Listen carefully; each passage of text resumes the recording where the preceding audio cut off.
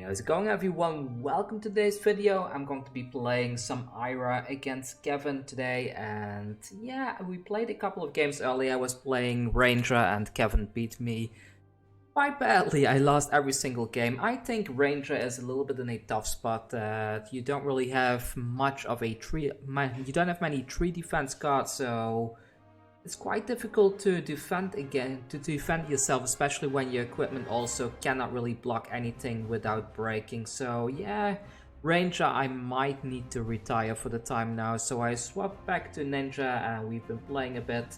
I believe Kevin already won one game, I won one as well against Runeblade. Unfortunately, I lost the footage against the Runeblade, the win that I got, so I cannot really show that one. I guess I forgot to hit play on OBS or something like that, but I did get the footage right there against Kayo. So, how is everybody doing today? In regards to the giveaway, I've already prepared all the decks. I'm going to be shipping them out tomorrow or so to everybody that has already sent me the address details. If you haven't sent me your details yet and you did win one of those decks, please reach out to me so I can get it can get it sent out along with the rest. So here we go, we got a Rifting coming in for a turn 112 damage. That's just insane. So I even had a very good hand there with a leg tap into a Rising Nitras into a Blackout Kick. I'm kind of thinking like, should I keep this? But I just cannot do it. It's just too much damage, way too much damage right off the bat before the game even starts. I need to deal with something like that. Kayo is such a fun hero to play against because, like, how to say, like, Kayo doesn't really do anything too unpredictable, but at the same time, if Kayo gets a bunch of high rolls and suddenly a 6 attack like just now becomes a 12 attack, it becomes very tough to survive. So yeah, I went ahead and I attacked with quite some stuff there, still taking some damage, but yeah, there we go. So already a counter on the breaking skills. It's okay though, we do get to refill our hand luckily, and yeah, a little bit sad that we are now missing a big chunk of our combo already, but oh well, it is what it is. So yeah, so let's see. We got a club coming in for damage. I completely forgot about the legendary from Brute that gives it extra action points.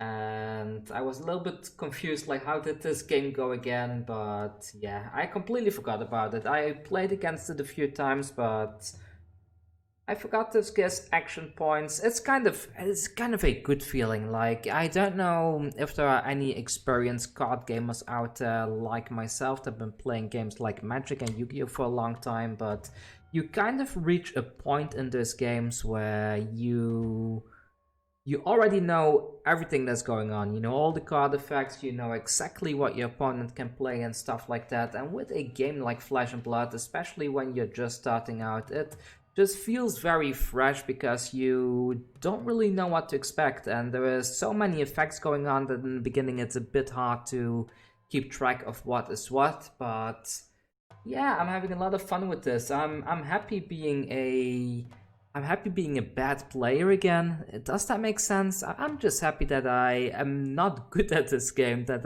there's a very long learning curve to go for me before I can finally start getting a decent win rate, because right now I'm sitting at like 40%, which is quite low, but then again I have been building and janking around with my decks quite a bit, so maybe I shouldn't attack more and get some decks online, but I don't like that. I prefer building my own stuff and kind of improving the decks from there. And that's kind of why I am playing against people on my Discord like Kevin, so that we can kind of practice the game and figure out what works and doesn't work. So I got one hit in already with the Kodachi. Now I come in with the leg tap. And I'm kind of thinking, yeah, because if I lunging press this leg tap, I can get a second hit in.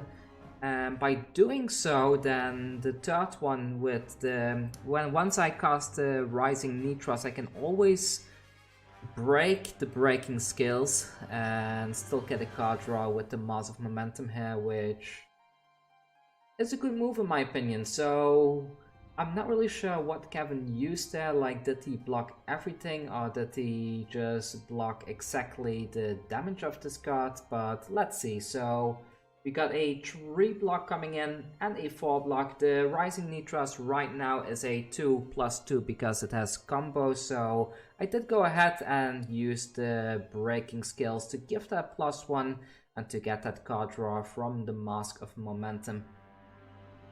So there we go. I let Kevin know that the mask has activated, and Ira is such a strong deck in Blitz. I haven't been able to play a single game of Ninja and Constructed yet. Is Ninja this good in Constructed as well? Please let me know, because the deck just feels absolutely solid. So here we go with another head jab coming in for some additional 3 damage. That was a very good move. I love that you can go wide like this in a deck like this.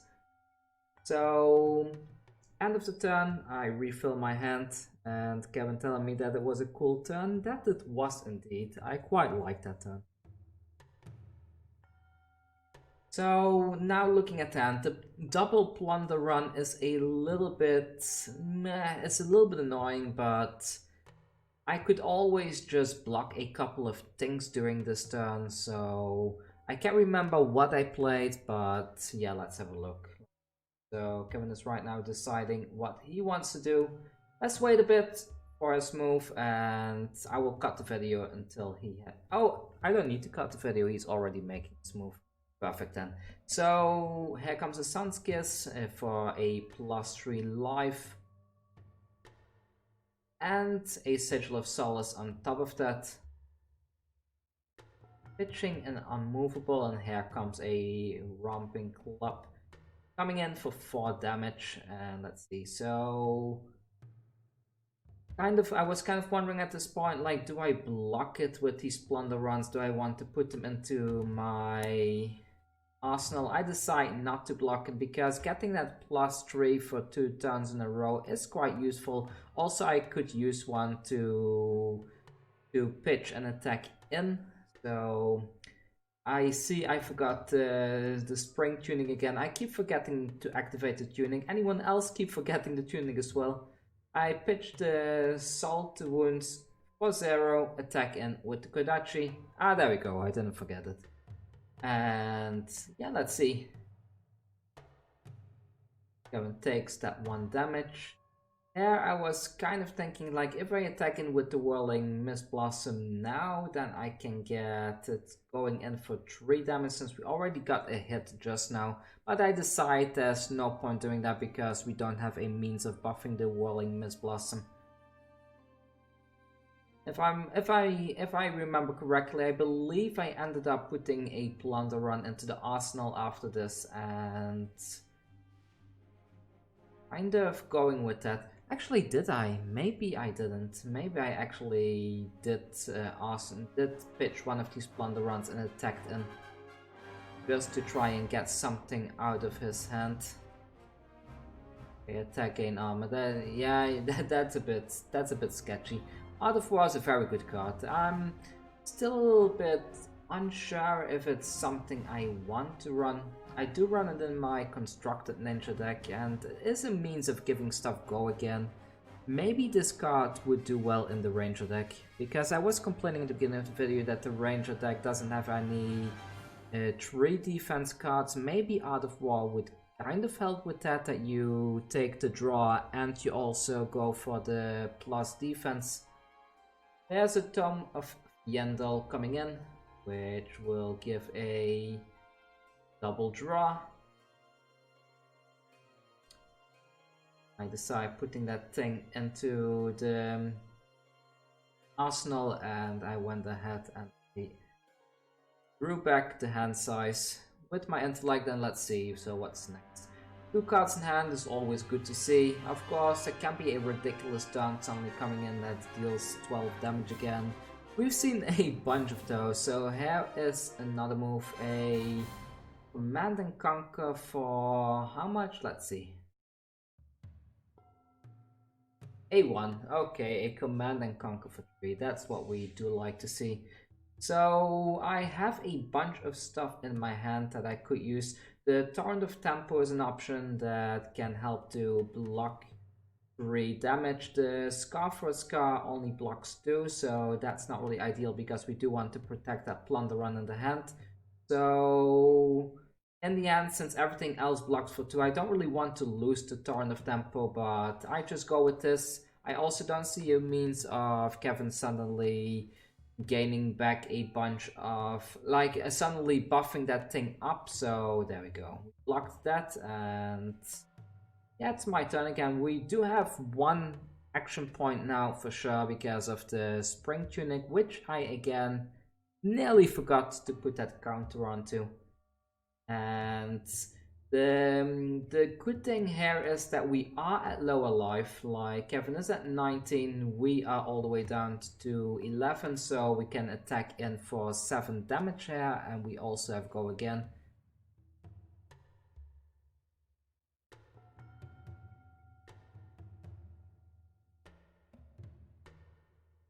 Okay, so we see a block here for 2, but what else do we see? We kind of want as much as possible to be committed to this because, okay, there's another block for 1, so we are 3 block now. And we got a reinforced line, a complete 7 block. At this point I realized like we got quite a bunch of stuff out of his hand, so I felt that I kind of need to try and get a hit in with the Kodachi and then hopefully try and get another hit in with the Whirling Mist Blossom, because when we do, if we can get this hit, we get a draw from the Whirling Mist Blossom, which gives us a 2 draw. We get a draw from the Plunder Run as well. And yeah, let's see. So we got a block tree there that did not work out, unfortunately. Oh well, oh well. Very close to it working out, but we didn't quite make it there. That would have been a massive draw there. Maybe I should have really kept back that whirling, because if we can buff it with a Razor Reflex, it's just much better because then you can kind of ensure your 2 draw, which is maybe why I need more buffs in this deck, because right now I don't have that many. I don't have that many, like, what do you call it? Like, I don't have many surprise buffs right now, only the Razor Reflex, and I'm not sure what else I run in here, but I think that's pretty much it, so maybe I need to add some more stuff in here. Hedge up for 3, like our very first attack, I could have pitched something and gone in with the Kodachi first, but I think just going for a 0+ hedge up here is just much better. And here is the thing, like this Bonehead Barrier, right? It kind of helps to avoid damage. So my question is, it prevents damage, but do my hits still count as a hit? Like, for example, now the head jab, for example, now is not being blocked, right? The damage is being fully prevented, but does it still hit? Or does prevented mean it doesn't hit at all either? That's what I'm curious, because if it does it, that would kind of mean that the Master of Momentum could trigger in a way. So here we go for a 5 plus a card draw because I want to put something into the arsenal. I quite like having this lag tap here. And yeah, let's see. Plus at this point we can in a bit, like, we can use the attack reaction with the Snapdragon Scalers to give the Enlightened Strike go again.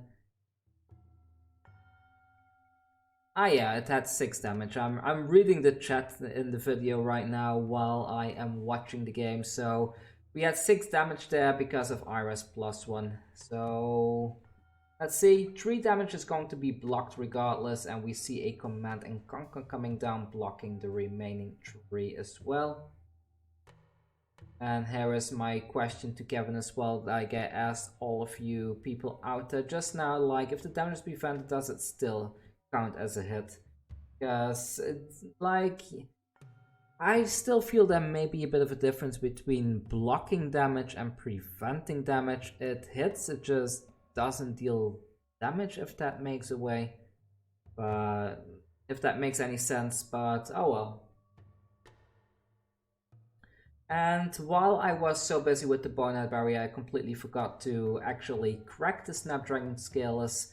I believe I figured that out pretty soon after I played the Scarf, the Salt Wounds.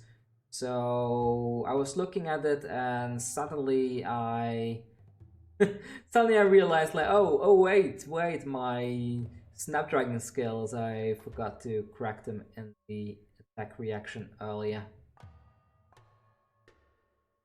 There we go. I finally found out. I finally remembered. So there's to take 2 damage, and yeah, that was kind of it for this turn. We get to put one thing into our arsenal, and we still get to keep our leg tap there. So I feel overall I'm getting a bit better at playing Ninja. Like previously when I started playing the very first games, like I was an absolute disaster at this game, but I think I'm slowly getting a little bit better bit by bit. Still a little bit bummed out that the Ranger deck didn't work out though. Like if you have a good Ranger deck, please let me know, I would love to see the list. Also, if you want to see any of the lists of the decks that I play in these videos, feel free to let me know. I have all of these on my FAB database, so I can always link you the thing. Even though I will make changes in those links once I feel I should swap things around. So there may maybe some changes here and there, but there shouldn't be too much changed around. So we get a free Quicken token and we get a life gain. That's quite nice, especially for us, because with the Quicken token we can kind of do some ridiculous stuff. So in this case, normally playing the Soulbreed Strike here is kind of risky, because if it gets blocked completely then you do not get to go again. But in this case, because we do have the Quicken token already, we can kind of ensure that go again. And that's what I went with. Also, since this is attacking in for 4, that means that usually it can snipe either 1 card and an equipment, or it can snipe 2 cards from the hand. There we are waiting for Kevin to make his move and see what he plays next. He decides to just take the damage, and now he's in the 12 damage range, which is kind of where we want things to be. So we go in with a leg tap. I do the leg tap now. The reason is that the leg tap is now going in for 4 damage thanks to the Ira. And Kevin goes ahead and he blocks for 3, which means that there is still 1 damage going through. And now we have scored 2 hits. So all we need is a 3rd hit in order to be able to get our card draw from the Mass of Momentum. So I just seized this moment to keep on attacking in with everything and kind of trying to grind my way towards being able to put that Whirling Mist Blossom down. So we see a Somersault coming down together with a Drone of Brutality. We still see 1 thing in hand and 1 thing in the arsenal. I only have 1 resource left, unfortunately. I'm not sure if I put a token on the Fiandel Spring Tuning. I believe at this time I was kind of wondering that, did I put a token or not? I may need to check back in the footage if I did or not, but right now I'm just narrating, so I will not I will not go back to check that now. So we got the Whirling Mist Blossom coming in, and it actually deals damage here. And doing so, we get not only the double card draw from the Whirling Mist Blossom itself, but we also get the card draw from the Mass of Momentum, basically just almost refilling our hand back to 3. And let's see how I ended up doing that. So activate the mask, I get the effect from the Whirling Mist Blossom as well. There's not really any reason to decide on which order to do these. So I'm starting to make space, because now suddenly the things have kind of changed for me, because it's time to do a very long chain of attacks. We did not see the Whirling Mist Blossom being blocked there, so if I'm correct, I went for a Enlightened Strike for 5 with Go Again into a Soul Beat Strike as our final source of dealing damage. So there we go, another 5 damage there. And then we have another 3 damage coming in here, a Soul Beat Strike coming in for 3. And let's see, so 3 damage there. We see a block with the Arcanite Skullcap. And down to 2. Alright then, so there we go, we group everything together, we put that one into the graveyard, and we get to refill our hand yet again. Kevin is at 2 damage now, so at 2 life now, so at this point I kind of want to make sure that I can keep attacking in with the Kodachis each turn, because we are very close to presenting lethal. I did not forget the token for the Spring Tunic there. And I went ahead and attacked in for 1 damage. So the second one is being blocked. Next I go for Ravenous Rebel. Doesn't really matter what I pull off the top, because I just need to get that 1 damage in here. But there's a life gain, so +3, and this one is still dealing 4 damage though, so we see another block for 3, I believe. And there we go, so I have 1 resource left, actually 2 resources left. I think I decided to go for the Torrent of Tempo here, because it is 5 damage, and that should kind of mean that we get another move after this. I put the Torrent of Tempo down for 5 damage, and we see yet another block.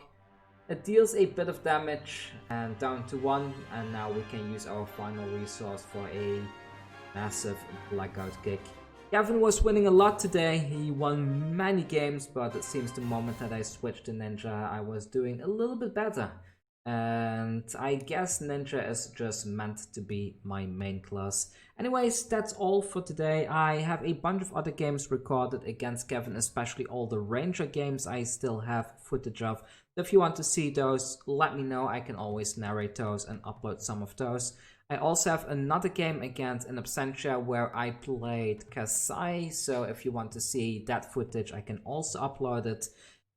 Don't forget, the Tabletop Simulator giveaway is still going until the end of this week, I believe, and then I will be picking a winner for that, and then I will also start putting up the new giveaway for the next Flesh and Blood stuff. I'm not really sure what I will be giving away yet. Maybe a booster box, maybe something else, maybe more Blitz decks. I'm still waiting for people to send me in bulk, so if you have any welcome to raid bulk lying around, please reach out to me, because I need them to build decks.